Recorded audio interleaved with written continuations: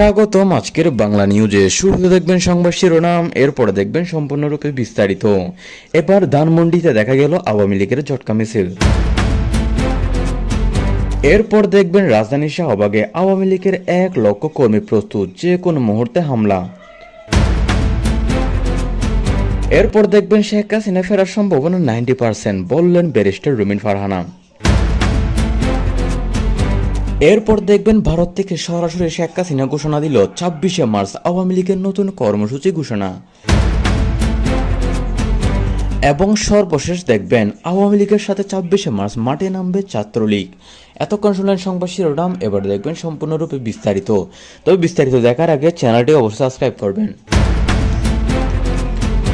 এবার আগামী 26শে মার্চ আওয়ামী লীগের নতুন কর্মসূচি ঘোষণা। 26শে মার্চ বাংলাদেশ স্বাধীনতা দিবসে আওয়ামী লীগের এই দিবস উপলক্ষে নতুন কর্মসূচি ঘোষণা করে দিয়েছে।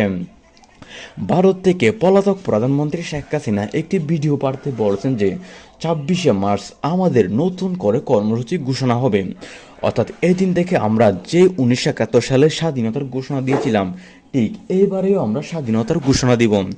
26শে মার্চ থেকে শুরু করে টানা প্রতিদিন কর্মসূচি ঘোষণা হবে এবং একের পর একে আন্দোলনে নামবে আওয়ামী লীগ সহ ছাত্রলীগ। শেখ হাসিনা আরও বলেন যে 1971 সালে 7ই মার্চ বঙ্গবন্ধু ভাষণ দিয়েছিল যে আমাদের নতুন যুদ্ধ ঘোষণা হবে, ঠিক আমরাও এবার 7ই মার্চ লাইভের মধ্যে আসবো এবং 26শে মার্চ থেকে আমাদের কর্মসূচির ঘোষণা সম্পূর্ণ 7ই মার্চ দিয়ে দিব। আওয়ামী লীগের নতুন কর্মসূচি ঘিরে বিএনপি সরকারের মধ্যে দেখা যাচ্ছে নতুন উত্তেজনা এবং জামায়াতের মধ্যেও দেখা যাচ্ছে প্রতিরোধমূলক বিভিন্ন কর্মসূচি। এছাড়া আওয়ামী লীগ বলছে যে আমরা চাইলে বাংলাদেশকে সম্পূর্ণরূপে অস্থিতিশীল করতে পারি, কিন্তু আমরা করছি না, কারণ আমরা বাংলাদেশের স্বাধীনতার পক্ষের একটি দল। আমরা চাই না বাংলাদেশ ধ্বংস হোক, বাংলাদেশের অস্তিত্ব বিলীন হোক এবং বাংলাদেশ অস্থিতিশীল হয়ে পড়ুক। জামায়াত চাই, বিএনপি চাই, তারা হচ্ছে বাংলাদেশের স্বাধীনতা বিরোধী একটি দল। যদিও জামাত হচ্ছে পুরোপুরি রাজাকার একটি দল, যারা 1971 সালে সম্পূর্ণ বাংলাদেশের বিরুদ্ধে ছিল। আওয়ামী লীগ আরও বলছে যে আমাদের বাংলাদেশে আওয়ামী লীগ একটি স্বাধীনতা পক্ষের দল, তাই এ দেশ টিকতে পারবে এবং এই দেশের অস্তিত্ব বাংলাদেশ অবশ্যই থাকবে। কিন্তু জামায়াত সহ যে সমস্ত রাজাকারের দলগুলো আছে সেগুলো কোনো সময় রাষ্ট্রীয় ক্ষমতায় আসতে পারবে না। আজ বিএনপিও রাষ্ট্রীয় ক্ষমতায় আসতে পেরেছে, কারণ তারা প্রথমত অবৈধভাবে ক্ষমতায় এসেছে এবং দ্বিতীয়ত তারা কিছুটা হলেও স্বাধীনতা প্রেমী, যার কারণে তারা ক্ষমতায় আসতে পেরেছে। জামাত যেহেতু রাজাকার স্বাধীনতার বিরোধী একটি দল এবং পাকিস্তানপন্থী একটি দল, তাই তারা ক্ষমতায় আসতে পারেনি।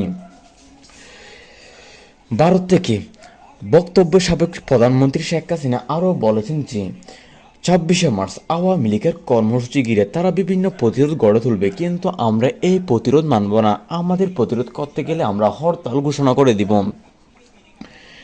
এছাড়া বর্তমানে দেশে যে পরিমাণ খাদ্যদ্রব্যের পরিমাণ বেড়ে গিয়েছে এবং প্রত্যেক জিনিসের যে পরিমাণ মুদ্রাস্ফীতি বেড়ে গিয়েছে, তাতে আওয়ামী লীগ না আসলে বাংলাদেশের টাকার মান একদম কমে যাবে ডলারের বিপরীতে।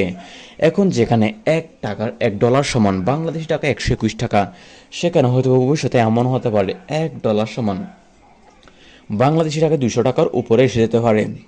এটি নিয়ে আওয়ামী লীগ সরকারের একটি অন্য ধরনের মুদ্রাস্ফীতি টানছিল, কিন্তু বর্তমানে যে পরিমাণ মুদ্রাস্ফীতি হচ্ছে তাতে ভবিষ্যৎ বাংলাদেশ একদম নষ্টের মূলে চলে যাবে। তাই সরাসরি তারা নতুন কর্মসূচি ঘোষণা দিয়ে এবং বাংলাদেশ বর্তমানে যে বিএনপি সরকার আছে সেটিকে উৎখাত করে ক্ষমতায় আসার একমাত্র অবলম্বন দেখিয়েছেন সাবেক প্রধানমন্ত্রী শেখ হাসিনা। চ্যানেলটি ভালো লাগলে সাবস্ক্রাইব করে দেবেন। ধন্যবাদ।